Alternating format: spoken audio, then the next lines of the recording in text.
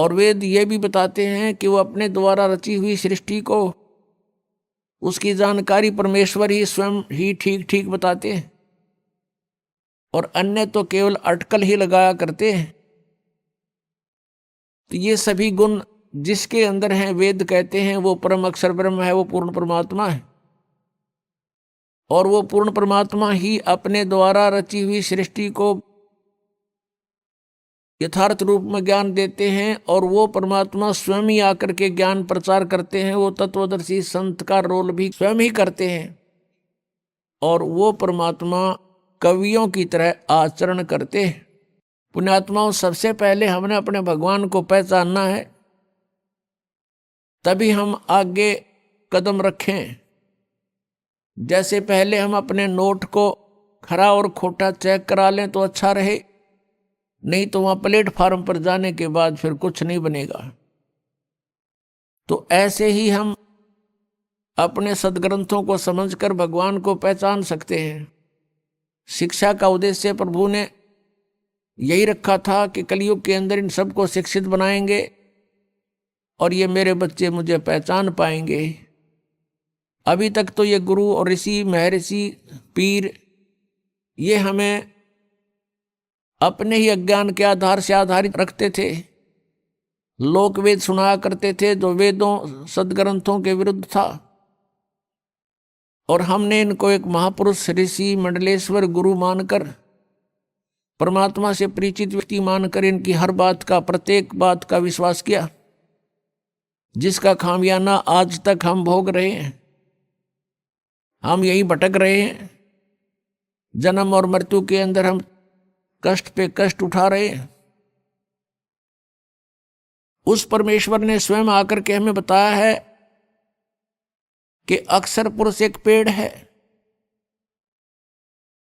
पृथ्वी से तुरंत बाहर जो दिखाई देता है वो पेड़ होता है, उसको पेड़ बोलते हैं। पृथ्वी से बाहर का जो पोर्शन है पेड़ का, उसको पेड़ बोलते हैं। नीचे की जड़ होती है, और फिर ऊपर के पेड़ के भी कई हिस्से होते हैं। जैसे ये सारा शरीर मनुष्य कहलाता है, लेकिन हाथ अलग हैं, पैर अलग हैं, मुख अलग है, कान नाक अलग हैं, इनके नाम अलग हैं, ये विभाग हैं। ऐसे ही तना जो है ये अक्षर पुरुष जानो, और उसके मोटी डार ऊपर चल के 2-3 हो जाती हैं, उनमें से एक मोटी डार को सरपुरुष जानो, सरपुरुष, जिसको ज्योत निरंजन भी कहते हैं, काल भी कहते हैं। और उस मोटी डार के 3 शाखाएं, ये रजगुण ब्रह्मा, सतगुण विष्णु, तमगुण शिव जी जानो, और पात रूप संसार। परमेश्वर कबीर देव जी ने स्वयं आकर के एक तत्वदर्शी संत की भूमिका करके हमें यथार्थ ज्ञान दिया। अक्षर पुरुष एक पेड़ है, सरपुरुष वा की डार, और तीनों देवा शाखा हैं, ये पात रूप संसार। तो यहां गीता ज्ञानदाता कहता है कि तत्वदर्शी संत की प्राप्ति के उपरांत उस तत्व ज्ञान रूपी शस्त्र से इस अज्ञान रूप अंधकार को काट के, गीता जी अध्याय नंबर 15 के श्लोक नंबर 1 से 4 का निष्कर्ष बता रहा है दास आपको। उसके पश्चात परमेश्वर के उस परम पद की खोज करनी चाहिए, जहां जाने के बाद साधक फिर लौटकर कभी संसार में नहीं आते। और जिस परमेश्वर से संसार रूपी वृक्ष की ये प्रवृत्ति विस्तार को प्राप्त हुई है, अर्थात जिसने संसार रूपी वृक्ष अर्थात ब्रह्मांडों की रचना की है, उसी परमेश्वर की भक्ति करनी चाहिए, अन्य की नहीं। ये गीता ज्ञानदाता स्वयं कह रहा है कि मेरी भक्ति भी नहीं, केवल उसी की पूजा करो, और मैं उसी की शरण हूं। पुण्यात्मा, परमेश्वर ने आके हमें ज्ञान दिया है।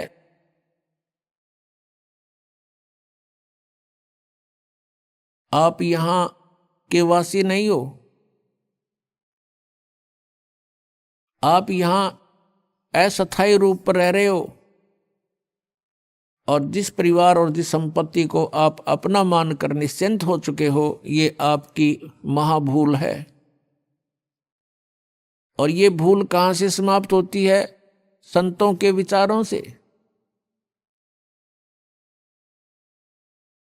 और वो विचार मिलते हैं सत्संग से। और पुण्यात्माओं, सत्संग आज के दिन 21 ब्रह्मांड में इस दास के अतिरिक्त कहीं पर भी आपको उपलब्ध नहीं है। ये अभिमान नहीं, ये यथार्थ ज्ञान जानना। और जो पुण्यात्माएं इस ज्ञान से परिचित हो चुके हैं, उनको ये आसानी से स्वीकार्य होगा कि सचमुच इस पृथ्वी पर कहीं पर भी वास्तविक आध्यात्मिक ज्ञान नहीं है। यदि किसी ने इस दास से ये वचन सुनकर, सीडी वगैरह देखकर, पुस्तकें पढ़ के और ये ज्ञान ग्रहण करके आगे वो स्वयं वक्ता और गुरु बन बैठा है, तो वो महाशत्रु है समाज का, क्योंकि उसको अधिकार नहीं है, वो अधिकारी नहीं है। यदि वो गुरु बन बैठेगा तो वो अपने भी कर्म बिगाड़ेगा और इनको श्रद्धालुओं को भी जो है हानिकारक होगा। क्योंकि डुप्लीकेट एक ड्राइविंग लाइसेंस या पासपोर्ट बनाने वाला बना तो देगा एज इट इज, कति यूं का यूं, लेकिन उसका आगे चल के जहां उसका निरीक्षण होगा तो वहां फेल हो जाएगा और उस समय बहुत देर हो चुकी होगी। ये ओरिजिनल और डुप्लीकेट पासपोर्ट का अर्थात अधिकारी और अनधिकारी से बने हुए लिए हुए नाम की दीक्षा का आपको उस समय जानकारी होगी जब आपकी मृत्यु हो चुकी होगी, शरीर छूट चुका होगा। और उस समय आपकी बाजू यमदूतों के हाथों में होगी और आप कह रहे होगे कि मैंने गुरु बना रखा था, तुम मुझे क्यों पकड़ रहे हो? फिर वो बताएंगे चलो तेरे पहले लाइसेंस का, तेरे पासपोर्ट को चेक कराते हैं। फिर वो ले जाएंगे वहां धर्मराज के पास और उसको कहेंगे ठोको नरक में, इसके गुरु को भी लाओ पकड़ के, ये डुप्लीकेट गुरु था इसका, इसलिए नरक में डाल दो। तो पुण्यात्माओं, सत्संग में आने से ये ज्ञान होता है। तो गीता जी अध्याय नंबर 18 के श्लोक नंबर 62 में कहा कि अर्जुन, तू सर्वभाव से उस परमेश्वर की शरण में जा, उसकी कृपा से ही तू परम शांति को और सनातन परम धाम को प्राप्त होगा। जब तक जन्म मृत्यु है, शांति नहीं हो सकती प्राणी को। और जब तक ये इस 5 तत्वों के पुतले में जकड़ा हुआ है, तब तक ये निर्भय नहीं हो सकता। 21 ब्रह्मांड में कोई भी प्राणी निर्भय नहीं है। कहते हैं ब्रह्मा का आसन डिगा,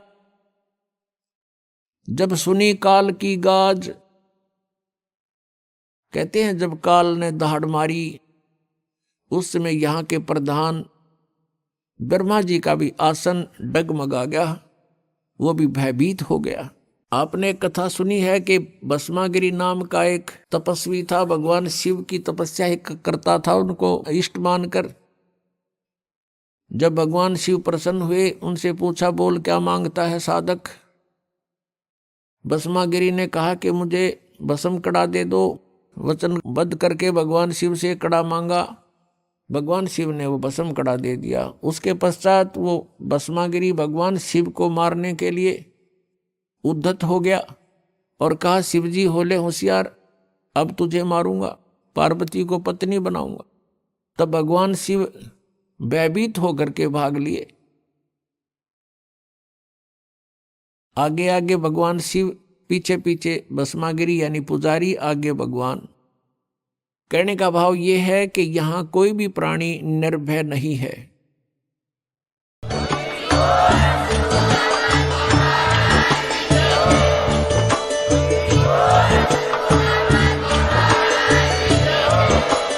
आप सुन रहे थे जगत गुरु तत्वदर्शी संत रामपाल जी महाराज जी के मंगल प्रवचन। अधिक जानकारी के लिए विजिट कीजिए हमारी वेबसाइट www.jagatgururampalji.org। संत रामपाल जी महाराज जी के शुभ आशीर्वाद से पूरे विश्व भर में 500 से भी ज्यादा नाम दीक्षा केंद्र हैं, जिन पर संत रामपाल जी महाराज जी द्वारा ऑनलाइन निशुल्क नाम दीक्षा दी जा रही है। अपने नजदीकी नाम दीक्षा केंद्र का पता करने के लिए संपर्क करें 8222880541।